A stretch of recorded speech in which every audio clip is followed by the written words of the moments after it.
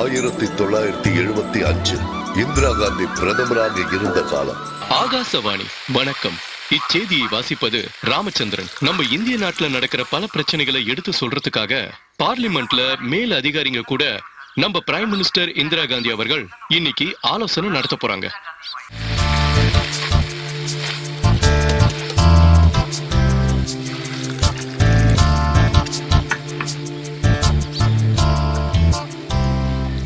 வர்கீசன, இந்திரா காந்தியோட பெரிய பையனுக்கு என்ன வேலை?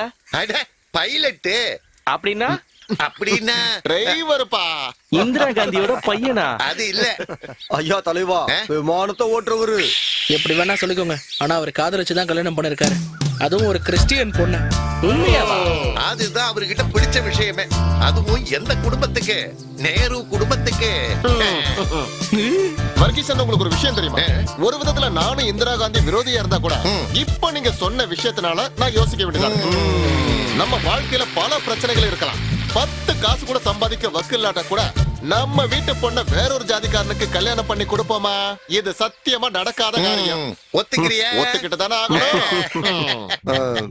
இந்த கிராமத்துல கௌரவமா வாழ்ந்துட்டு இருக்கிற குடும்பம் லில்லியோட குடும்பம். அவங்க மகதான் இந்த ஆலிஸ். இந்த ஊர்ல இருக்கிற எல்லாரோட கண்ணும் இவ மேலதான். இந்த கிராமத்துல இருந்து காலேஜுக்கு படிக்க போற ஒரே பொண்ணு இவதான்.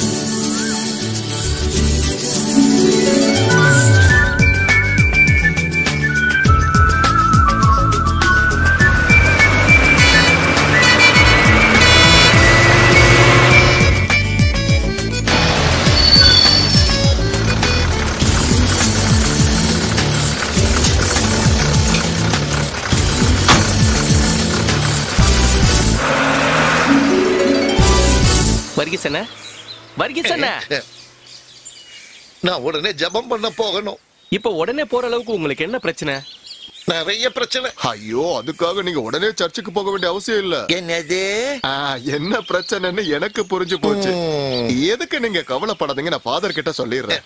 வர்கீசன் கூடிய சீக்கிரம் பைத்தியம் ஆயிடுவார்னு சொல்லிடுறேன். பாரு, நீ உன் வேலையை மட்டும் பார்த்தா போதும், என் விஷயத்துல தலையிடாத. என்ன வர்கீசன் செருப்புல கையில வச்சிருக்கீங்க?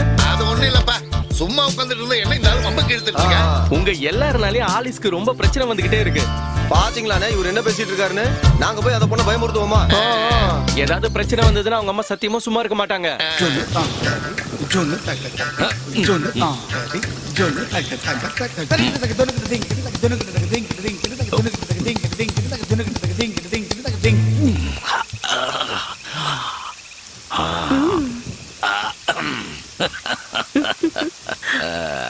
ஆமா, அப்போ இன்னைக்கு நடக்காதுல்ல? அதான் சொன்னனே, எனக்கு உடம்பு முடியல. இல்லனா இப்படி எல்லாம் நான் சொல்லுவேனா? இருந்தாலும் ஒரு ஆசைக்காக தானே கேட்டேன். என்ன இப்படி சொல்லிட்டீங்க? பொழுது விடிஞ்சதுல இருந்து 7 ரவுண்ட் போயிடுச்சு. திரும்ப திரும்ப ஆளுங்க வந்துட்டே இருந்தா நான் என்ன பண்றது சொல்லுங்க? அதுவும் மழைய பாருங்க. மழை பெய்தா நல்லது தானே? அதோ அங்க பாத்தீங்கல்ல, நீங்க ஒரு வேலை பண்ணுங்க, அதை இங்க கட்டி போட்டுட்டு போங்க, மத்தது நாளைக்கு பாத்துக்கலாம். ஐயோ, அது முடியாது. அது இப்ப 7 ரவுண்ட் முடிஞ்சதுனால மீறி இருக்கிற சரக்கு கொடுத்தா வேலை முடியுமான்னு கேளு. மரியாதையா கிளம்புறீங்களா? எனக்கு 1000 வேலை இருக்கு. அது வந்து கொஞ்சம் இரு. சொல்லும், ஒரு 1/2 மணி நேரம் இங்க நின்னா ஏதாவது நடக்குமா? மரியாதையா போறீங்களா இல்லையா? நான் உன்னை பத்தி கேட்கலாமா, ஆளை பத்தி கேட்டேன். அதான் எல்லாம் முடிஞ்சிருச்சே. நடக்காதுன்னு சொன்னதுக்கு அப்புறம் என்னதான் பண்ண முடியும்? உன்னை அடிச்சு சாப்பிட்டுறான். கோச்சுக்கிட்டியா? என் மேல கோவமா? நாளைக்கு கொண்டு வர. குமாரசாமி, நல்லா சாப்பிடு. நாளைக்கு உன்னை நான் மேரிக்கிட்ட கூட்டிட்டு போறேன். குமாரசாமி. என்ன குட்டியா? டேய் குமாரசாமி, பெரியமா ஏன் ஏதாவது பிரச்சனை பண்ணுச்சா? ஐயோ, எந்த பிரச்சனையும் வரக்கூடாதுன்னு நான் இங்க கட்டி போட்டிருக்கேன். இதுக்கு நம்ம மாறி அந்த ஆடு மேல பயங்கர காதல். காதலா? டேய், என் பிள்ளைங்களை பத்தி ஏதாவது தப்பா பேசுன? இவ இருக்காளே எங்க வீட்டோட உயிர் சொத்துடா. எங்க குடும்பத்துல இருக்கிறவங்க யாரும் இந்த மாதிரி தப்ப பண்ணதே கிடையாது. அது மனுஷனா இருந்தாலும் சரி, மிருகமா இருந்தாலும் சரி. குமாரசாமி, நான் பிளவுஸ் தைக்க கொடுத்தனே, வாங்கிட்டியா? இல்லம்மா, இன்னும் தச்சு முடிக்கல. உங்க பிளவுஸோட கலர் என்ன? ஒண்ணு குங்கும கலரு, இன்னொன்னு வெள்ளை, அப்புறம் பச்சை. அதுதான் பிரச்சனையே. என்ன பிரச்சனை? அவனுக்கு அந்த கலர்லாம் பிடிக்கவே பிடிக்காது. சிகப்பா இருந்தா உடனே கடிச்சிருக்கும். சிவப்பு தான் அவனோட வீக்னஸே. ஆனா அவன் வீட்டுல இருக்கிறவங்க எல்லாருக்கும் சிவப்பு பிடிக்கும். அண்ணி, மோர் தாளிக்க கடுகு வேணும்னு கேக்குறாங்க. யாரு கேட்டது? நான் தான். அந்த ஏழி எங்க போனா? அவளுக்கு தலைவலிக்குதுன்னு படுத்திருக்கா. எப்ப பார்த்தாலும் அவளுக்கு ஒரு தலைவலி. ஆஸ்பத்திரிக்கு போய் பாருடின்னு சொன்னா அதையும் கேக்குறது இல்ல. சைடுல டப்பால இருக்கும், அதை ஒரு பிடி எடுத்துக்க. இல்ல நானே வரேன். டிக்கெட் ஒரு சிலுக்குவார் பட்டி. எங்க போனோம்? சிலுக்குவார் பட்டி. வேற யாருக்கு டிக்கெட்? ஒரு SBI காலனி. SBI colony. இந்தாங்க. அண்ணா எனக்கு ஒரு டிக்கெட் கொடுத்துருங்க. உனக்கு டிக்கெட் வேண்டாமா? சின்ன முதலாளி வாங்க வேண்டாம்னு சொல்லியிருக்காரு. சின்ன முதலாளியா? ஆமாமா, பின்னாடி தான் உட்கார்ந்துட்டு இருக்காரு. எனக்கு இந்த ஓசில போறதுல எல்லாம் இஷ்டம் இல்ல.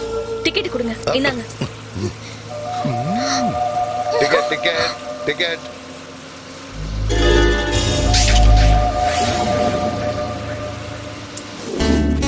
ஒரு நிமிஷம் இல்ல, உனக்காக கொய்யா பழம் வாங்கிருக்கேன். உன்னை நான் கல்யாணம் பண்ணிக்கிட்டா? இப்படி எல்லாம் நீ பேசினா கண்டிப்பா நான் எங்க அம்மா கிட்ட போய் சொல்லிடுவேன். போடி, உங்க அம்மாவை பார்த்தாலும் நான் பயப்பட மாட்டேன்.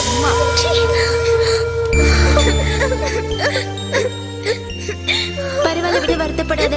அவன் தான் பொறுக்கின்னு தெரியும்ல. கண்டிப்பா இதை அம்மா கிட்ட சொல்லதான் போறேன். வேண்டாம், சொன்னா கேளு, அப்புறம் பெரிய பிரச்சனை ஆயிடும். இங்க இறங்க வேண்டியவங்கள ஸ்டாப் பண்ணுவாங்க. சீக்கிரம் ஆகட்டும். இறங்கி வாங்க, சீக்கிரம் வாங்கம்மா, சீக்கிரம். என்ன சின்ன கண்டுக்காம போற? நாங்க வரோங்க.